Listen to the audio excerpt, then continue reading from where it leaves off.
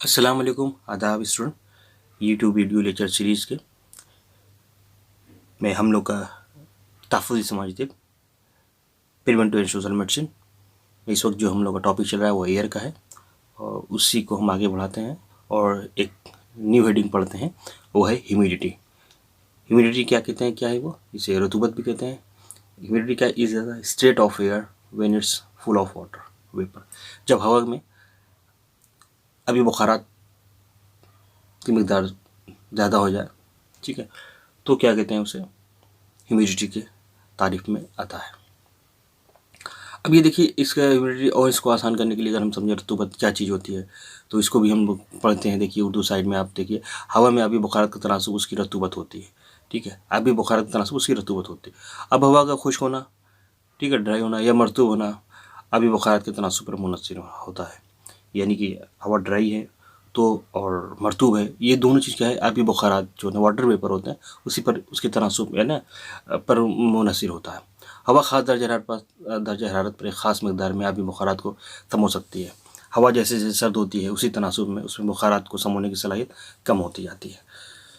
इससे पता चलता है कि गर्म हवा सर्द हवा के मुकाबले में ज़्यादा बुखारात सम हो सकती है। इसलिए गर्मियों में क्या होता है स्टूडेंट, हमें बहुत ही ज़्यादा गर्मी लगती है। ख़ास तौर से जब वो होता है तो कहते हैं कि इस वक्त बहुत ही फिर जो है कूलर वगैरह भी काम नहीं करता, क्योंकि उस वक्त जो है टेम्परेचर डिफरेंस नहीं होता, जिसकी वजह से कि जो है गर्म हवा अपने अंदर बहुत ज़्यादा अभी बुखारात को समाई हुई होती है, तो इससे किसी तरह का कोई सुकून नहीं मिलता है। एक खास दर्जा हरारत पर हवा की बुखारात सहारने की सलाहियत बुखारात का तासुब यकसा हो जाता है। अब जाहिर सी बात है कि उसका दोनों चीज़ का करने का जो है वो यकसा हो जाए तो जाहिर सी बात वो मुतदिल के ही अंडर में आता है। तो उस वक्त ये हवा वहाँ पे क्या है, मुतदिल कहलाती है। यानी कि और अगर हम लोग बात करें स्टूडेंट, अब हम लोग देखते हैं कि humidity is of two types. Humidity कहते हैं कि इसके दो अक़साम हैं, एक तो है एब्सोल्यूट ह्यूमिडिटी और दूसरा है रिलेटिव ह्यूमिडिटी। ये रिलेटिव ह्यूमिडिटी क्या है कि स्टूडेंट कि जब weight of water vapour in unit volume of air, जब वेट को उसमें मेज़र करेंगे तो है ना, वेट को जो यूनिट में रखेंगे तो उस एब्सोल्यूट ह्यूमिडिटी के टर्म इस्तेमाल करेंगे। लेकिन जब परसेंटेज ऑफ मॉइस्चर कि कितना परसेंट है, इसको कितना फ़ीसद है, तो उस वक्त रिलेटिव ह्यूमिडिटी का इस्तेमाल करेंगे। यानी क्या कि रिलेटिव ह्यूमिडिटी के माहौल में मौजूद भाप यानी रिलेटिव ह्यूमिडिटी की मकदार का तनासुब है। हवा के अंदर माई बुखारत जज्ब करने की जितनी सलाहियत है, अगर वो हवा जज्ब कर चुकी हो तो ये हवाएं बारिद कहलाती है। ऐसी हवा 100% अपने अंदर रतूबत रखती है। हवा जिस कदर गर्म होगी उतनी ही ज़्यादा क्या कि वो माई बुखारात यानी आबी बुखारात जज्ब करेगी। उसके बरक्स जब हवा 100% रतूबत जज्ब कर चुकी हो तो हवा ठंडी हो जाती है और तबीयत पर घिरा गुजरती है। जैसे भी बहुत सर्दियों का मौसम आ रहा है, उस वक्त जाके बहुत ज़्यादा उसने 100% वो ऑब्जर्व कर लेगी तो उस वक्त क्या हुआ, बहुत ज़्यादा क्या होती, तबीयत पर घिरा गुजरेगी, यानी बहुत चिल की पड़ेगी, बहुत खतरनाक वाली सर्दी पड़ेगी। अब आते हैं स्टूडेंट, हम लोग बात करते हैं इसका मेज़रमेंट, यानी कि इसको कैसे नापते हैं कि ये जो है एयर में ह्यूमिडिटी है या इसका रिलेटिव ह्यूमिडिटी है या कहिए कि आप जो एब्सोल्यूट ह्यूमिडिटी है। इसके लिए करें कि ये जो है इंस्ट्रूमेंट्स होते हैं, जैसे उसमें dry and wet bulb hygrometer, sling psychrometer, expense psychrometer, इन सब चीज़ आलात से क्या है कि हवा का मेज़रमेंट किया जाता है, ह्यूमिडिटी का कितना ज़्यादा है उसमें। Air velocity, this is another factor which influence air temperature. Air velocity कहते हैं कि हवा की रफ्तार से ये मालूम किया जाता है कि ये एयर टेम्परेचर को बता सकता है। मेजर यूजिंग एनोमीटर इसके लिए होता है। दिस में also by record using kata thermometer measure in metre per second. इसके जरिए वेलोसिटी के जरिए से भी मालूम किया जाता है कि जो है हवा की क्या है उसका टेम्परेचर कितना है। अब एक एयर वेलोसिटी को मेज़र किया करने के बाद एक पैमाना दिया गया है। जैसे काम एटमॉस्फेयर होता है तो उस वक्त जो हवा चलती है ना, या उसका टेम्परेचर होता है या किसी का 0 मीटर पर सेकेंड जो है, अगर वो है तो ये समझा जाएगा क्या कि काम एटमॉस्फेयर है। अगर स्लाइट ब्रीज की बात करें तो 3.3 मीटर पर सेकेंड अगर एयर चलती है तो उसमें क्या है, वेलोसिटी को एयर को क्या कहेंगे, स्लाइट ब्रीज है। स्ट्रॉन्ग विंड होगा 10 मीटर पर सेकेंड। स्टॉर्म तूफान जब आएगा 15 से 15 to 20 मीटर पर सेकेंड। ऐसे गेल है ना, आंधी जब आएगी 25-30 मीटर पर सेकेंड। ऐसे हेरिकेन समुद्री तूफान जब आता है 30-50 मीटर पर सेकेंड की रफ्तार से हवाएं चलती हैं, जिसमें ये ठीक है। ये होता है स्टूडेंट एयर वेलोसिटी मेजरमेंट, जो मेजरमेंट करने के बाद ये एक दिया गया ह्यूरिकेन कब कहें, gale, storm, strong wind, slight breeze कब कहते हैं। अब नेक्स्ट बात करते हैं स्टूडेंट हम लोग की प्यूरिफिकेशन ऑफ एयर, हवा की तलखीस यानी कि हवा की सफाई। ये आपका एग्जाम पॉइंट ऑफ से भी बहुत इंपॉर्टेंट है और एग्जाम में भी इसके क्वेश्चन आते हैं। कह रहे कि एयर इज प्यूरिफाइड नेचुरली, सीधी सी बात है, नेचर ने सब कुछ पैदा किया तो हर चीज़ का उसका इंतजाम भी किया है कि नेचुरली यानी कुदरती तौर से हवा खुद साफ रहती है। But due to increase rate of pollution there are artificial method also required for air purification. लेकिन चूंकि पॉल्यूशन बहुत ज़्यादा बढ़ गया, लोग तरह तरह के इक्विपमेंट और चीज़ें को आसान, अपनी ज़िंदगी को आसान बनाने के लिए इस्तेमाल करने लगे, तो वही चीज़ उनके लिए मुश्किल भी हो गई। तो इससे क्या है कि इसके ज़रिए से क्या हवा भी पॉल्यूट हो जाती है, तो उसको भी प्यूरीफाई करने की ज़रूरत होती है। अब ये बता रहे कि नेचुरल मेथड और आर्टिफिशियल मेथड। नेचुरल मेथड में बात करें जैसे हवा की झोंके होते हैं, जब ये चलते हैं तो जाहिर सी बात है कि क्या होती है, जो winds take away air from industrial areas to deserts, यानी कि अगर इंडस्ट्रियल एरिया से जो कुछ बैड हवा होगी किसी डिजर्ट की तरफ ले जाएंगे, forest region from where fresh air comes, फिर उधर चले जाएंगे, फिर वहाँ से भी मिक्सिंग उसी हो जाएगी और वो एयर फ्रेश हो जाएगी। फिर लार्ज साइज या एयर प्योरीफाई का वैल्यू डाइल्यूशन वगैरह की होता है। सनलाइट, सूरज के ज़रिए से भी क्या कि एयर हवा प्योरीफाई होती है। बारिश में भी है ना स्टूडेंट, उसमें भी जो है कहते हैं rainfall settle down the suspended air particles. और प्लांट्स तो सबसे है ही है, सब कहते हैं कि हर आदमी अपने बर्थडे पर, अपने जन्मदिन पर एक पौधे ज़रूर लगाए, ठीक है ना। उसका मकसद भी यही था कि अगर पौधे रहेंगे तो वो क्या है कार्बन डाइऑक्साइड वगैरह को अपने अंदर जज्ब कर लेंगे और ऑक्सीजन को वो छोड़ते हैं। तो क्या है कि इंसान जब वो माहौल अच्छा होगा तो उसमें वो ब्रीथ लेगा, अच्छा फ्रेश एयर ब्रीथ लेगा, तो उसकी भी ज़िंदगी बढ़ेगी। तो इसलिए इसको कहते हैं कि जब आदमी के बर्थडे हो तो एक पौधा ज़रूर लगाए।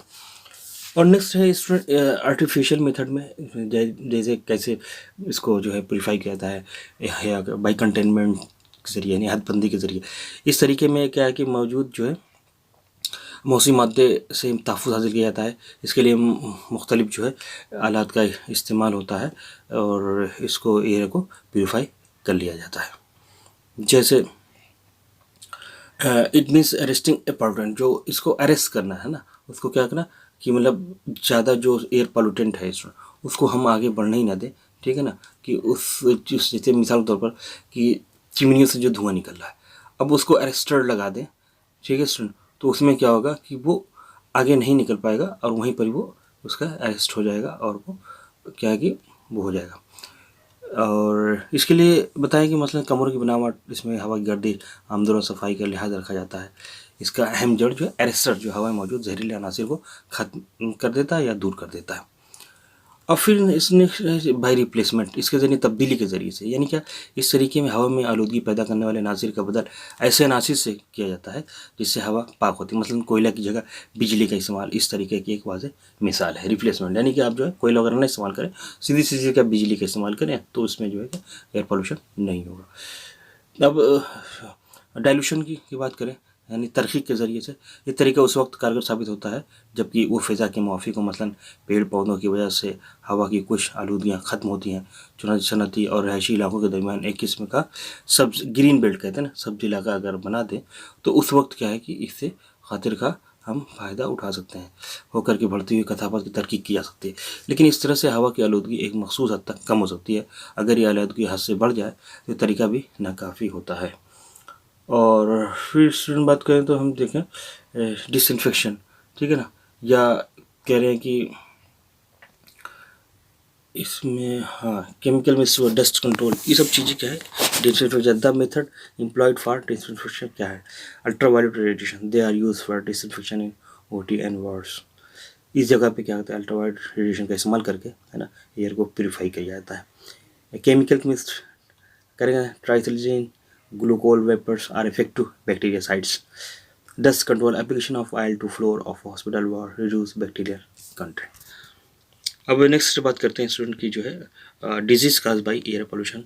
इसके बारे में हम लोग बात हो चुकी है ऊपर, जब उसके इफेक्ट्स क्या आते हैं।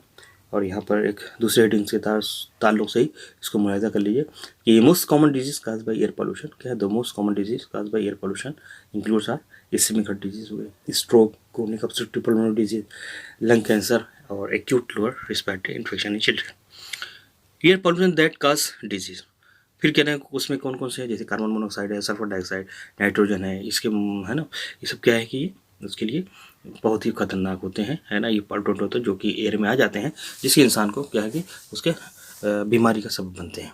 कहते हैं risk factor for air pollution disease, क्या क्या रिस्क फैक्टर है। तो रिस्क फैक्टर में इंक्लूड इसमें life style habits and geographical location, ये बहुत ज़्यादा इंपॉर्टेंट रखता है, ठीक है।